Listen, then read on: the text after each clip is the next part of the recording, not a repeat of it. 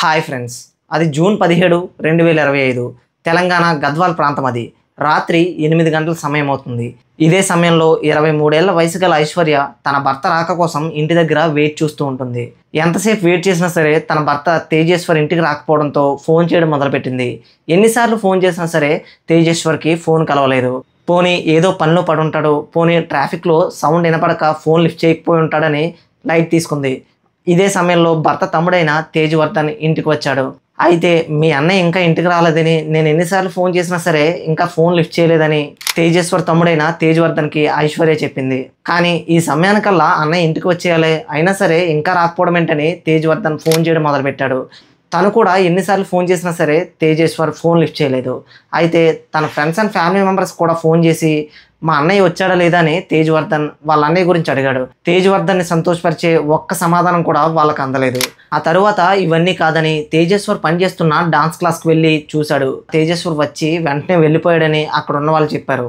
ఆ రాత్రి అంతా ఐశ్వర్య, తేజ్వర్ధన్ వాళ్ళ ఫ్యామిలీ చాలాసేపు వెయిట్ చేసి తెల్లవారిపోయింది. ఇక 32 ఏళ్ల వయసు గల తేజేశ్వర్ తెల్లవారినా సరే ఇంటికి రాకపోవడంతో భార్య, తమ్ముడు, తల్లిదండ్రులు రాత్రంతా వెయిట్ చేసి తను ఏదో ఆపదకు గురయ్యాడని ఫ్యామిలీ మెంబర్స్ అందరూ కూడా నిశ్చయించుకున్న తర్వాత పోలీస్ స్టేషన్కి వెళ్ళి కంప్లైంట్ చేశారు. దానికంటే ముందు 2025 మే నెల చివరి వారం అది ఆంధ్రప్రదేశ్లోని కర్నూలులో కెన్ఫిన్ హోమ్ ఫైనాన్స్ లిమిటెడ్కి సంబంధించిన ఒక ప్రైవేట్ సంస్థలో లోకల్ బ్రాంచ్లో తిరుమలరావు అనే ఒక వ్యక్తి 3 వ్యక్తులతో ఒక డీలింగ్ గురించి మాట్లాడుతున్నాడు. తిరుమలరావు చెప్పిన డీలింగ్ విని తిరుమలరావు ఎదురుగుంటూ కూర్చున్న ఆ 3 ఆశ్చర్యపోయారు. తేజేశ్వర్ తప్పిపోయిన 1 నెల ముందు ఈ సిచ్యువేషన్ జరిగితే దానికంటే 7 నెలల ముందు ఇంకో సిచ్యువేషన్ జరిగింది. అదే కర్నూలులో ఉంటున్న సుజాత అనే ఒక 50 ఏళ్ల మహిళకి తన కూతురు ఎవరితోనో ఫోన్లో మాట్లాడుతుందని, తన కూతురు చేస్తున్న చేష్టలు చూస్తుంటే ఎవరితోనో పేకల్లోతు ప్రేమలో ఉందని చెప్పి సుజాతకి అర్థమైంది. అయితే డ్యూటీకి వెళ్లకుండా 1 నెల రోజుల పాటు ఇంటి దగ్గరే ఉండడం వల్ల ఈ సిచ్యువేషన్స్ అన్నీ సుజాతకు తెలిసాయి. లేదంటే అసలు తెలియకపోనేమో. కూతురు సహస్ర చేస్తున్న ఈ చేష్టలని చూసి సుజాతకి చాలా విసుగు పుట్టింది. కొన్నిసార్లు ఎందుకు ఇలా చేస్తున్నానని చెప్పి మందలించింది కూడా. అయితే సెలవులు ముగిసి డ్యూటీకి తిరిగి వెళ్ళిన సుజాతకి ఇంకో భయంకరమైన నిజం తెలిసింది. చుట్టుపక్కల ఉన్న పని వాళ్ళందరూ కూడా తన గురించి చాలా బ్యాడ్గా మాట్లాడుకుంటున్నారని సుజాతకు అర్థమైంది. అయితే మనం ముందుగా మాట్లాడుకుంటున్న తేజేశ్వర్కి ఏమైంది? అసలు సహస్ర ఎవరితో ఫోన్లో మాట్లాడుతుంది? 50 ఏళ్ల వయసు గల సుజాత తన ఆఫీస్కి తిరిగి వచ్చిన తర్వాత తను విన్న భయంకరమైన నిజమేంటి? అసలు తిరుమలరావు ఆ 3 చేసిన డీల్ ఏంటి? ఇవన్నీ కూడా మనం తెలుసుకోవాలంటే ఈ చిక్కుముళ్ళన్నీ విప్పుకుంటూ మనం ఇంకొంచెం ముందుకు వెళ్ళాలి. గైస్, దానికంటే ముందు నేను ఏ వీడియో మీ ముందుకు తీసుకొచ్చినా సరే ఒక మంచి ఇన్ఫర్మేషన్ని, కరెక్ట్ ఇన్ఫర్మేషన్ని మీ ముందుకు తీసుకురావడానికే ప్రయత్నిస్తూ ఉంటాను. అయితే నా ప్రయత్నం ఏమాత్రం మీకు నచ్చినా, నా ఎక్స్ప్లెనేషన్ నచ్చినా, లేదంటే ఈ కేసు డీటెయిల్స్ గురించి మీరు కొన్ని కొత్త విషయాలు నేర్చుకున్నా సరే ఒక్క లైక్ చేసి మన ఛానల్ని సబ్స్క్రైబ్ చేయండి. ఇక లేట్ చేయకుండా కేసులోకి వెళ్ళిపోదాం. మనం ముందుగా తెలుసుకున్న తేజేశ్వర్ ఆ రోజు నైట్ మిస్ అయిన తర్వాత ఆ రోజు నైట్ అంతా వాళ్ళ ఫ్యామిలీ ఏడ్చి తెల్లవారుజామున తిరిగి పోలీస్ స్టేషన్కి వెళ్ళి కంప్లైంట్ చేశారు. అయితే ఆ రోజు నుంచి 4 రోజుల తర్వాత జూన్ 21, 2025 గాలేరు నగరి, ఆంధ్రప్రదేశ్ సుజల స్రవంతి ప్రాజెక్టు చిత్తూరు, నెల్లూరు, కడప ఈ ప్రాంతాలను ఆనుకుని ఆ కాలువ ఒడ్డునున్న కొన్ని అటవీ ప్రాంతాల్లో ఆ దగ్గరలో ఉన్న రహదారి మీదుగా కొంతమంది ఉదయం 8:15 ఆ టైంకి నడిచి వెళ్తుండగా విపరీతమైన వాసన వాళ్ళు గమనించారు. ఆ బ్యాట్స్మెన్ ఏంటని చెప్పి అక్కడ దారిలో వెళ్తున్న కొంతమంది వ్యక్తులు అక్కడ దగ్గరలో ఉన్న పొదల్లోకి వెళ్ళి చూస్తే ఒక డెడ్ బాడీ ఉంది. ఆ బాడీ తల మీద విపరీతమైన గాయంతో అండ్ అలాగే పొట్టలోను, ఛాతీలోను కత్తిపోట్లతో ఉంది. ఈ విషయం తెలుసుకున్న వ్యక్తులందరూ కలిపి పోలీసులకు ఫిర్యాదు చేయగా పోలీసులు వెంటనే వచ్చి అసలు ఏమైందని చెప్పి చూస్తే ఆటోప్సీ రిపోర్టుల ప్రకారం ఆయన్ని మొదటగా తల మీద కొట్టారని, ఆ తర్వాత పొట్టలోను, ఛాతీ మీద విపరీతంగా కత్తిపోట్లు పొడిచి అతన్ని చంపేశారని, అతని వయసు దాదాపు 32 సంవత్సరాలు ఉంటుందని, అయితే ఇతను చనిపోయి దాదాపుగా 4 రోజులు అవుతుందని చెప్పి ఆటోప్సీ రిపోర్ట్లు తెలిపాయి.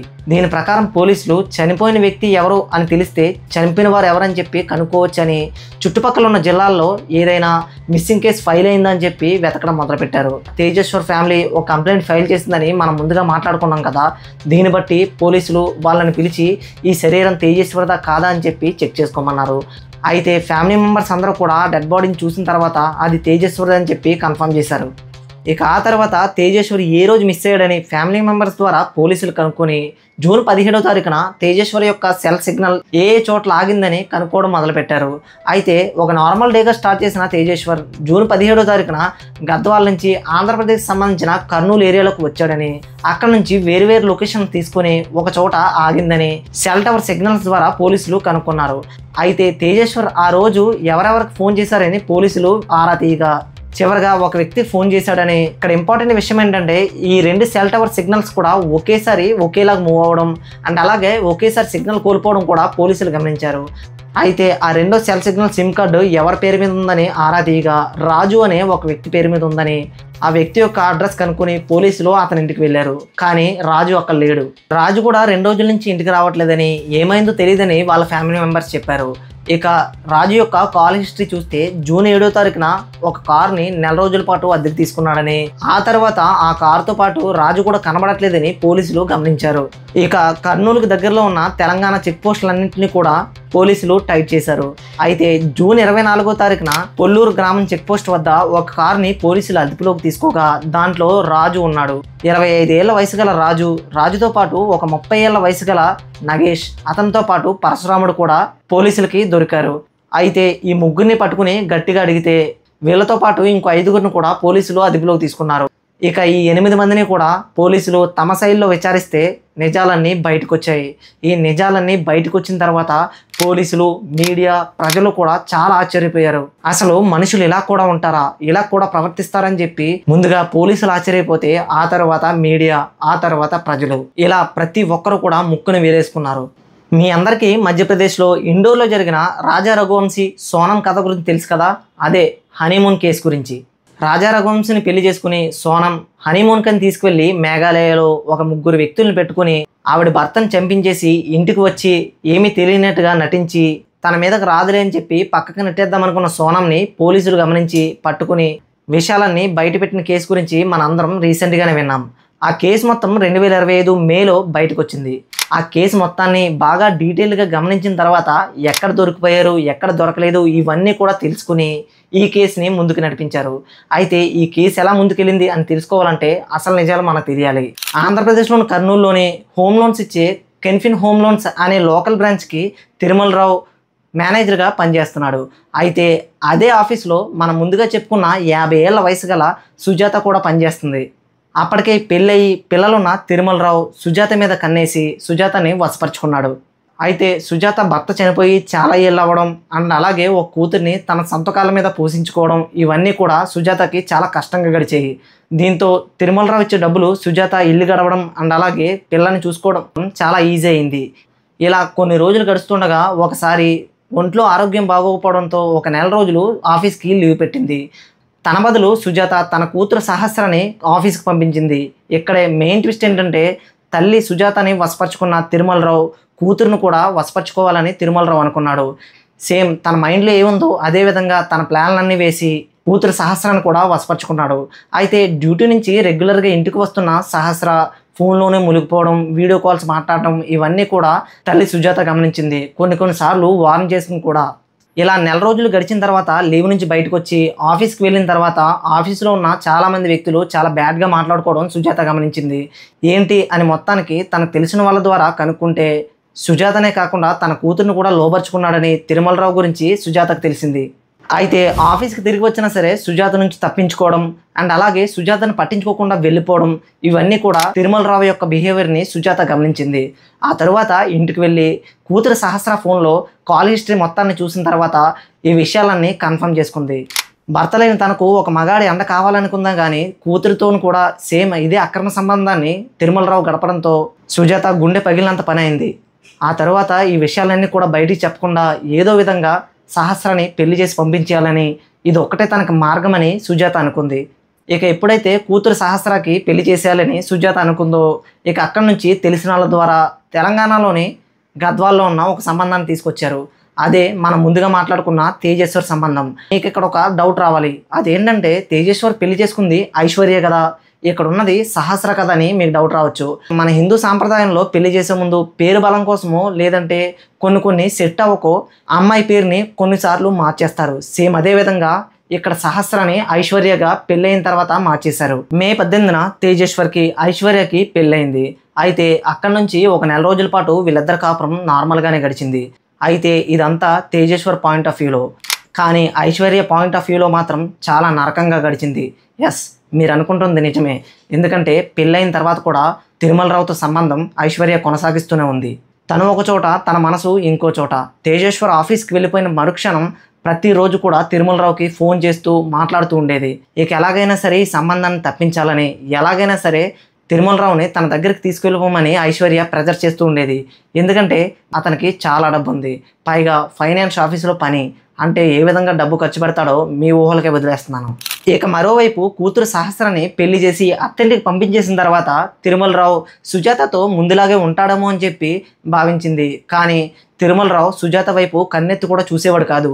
ఎందుకంటే సహస్ర అత్తింటికి వెళ్ళిపోయినా సరే వీడియో కాల్స్, ఫోన్ కాల్స్ ఇవన్నీ చేస్తూ ఉండేది. ఆ తర్వాత సుజాత చాలా రోజుల పాటు ఇవన్నీ గమనించి ఇక ఉండపట్టలేక తిరుమలరావుని నిలదీసి అడిగింది.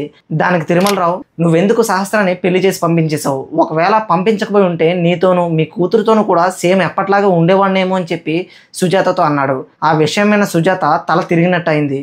ఆ తర్వాత తిరుమలరావు ఇంకో మాట కూడా అన్నాడు. అదేంటంటే, సహస్రకి ఇప్పుడు పెళ్లి చేసి పంపించేశావు, అయితే ఏమైంది?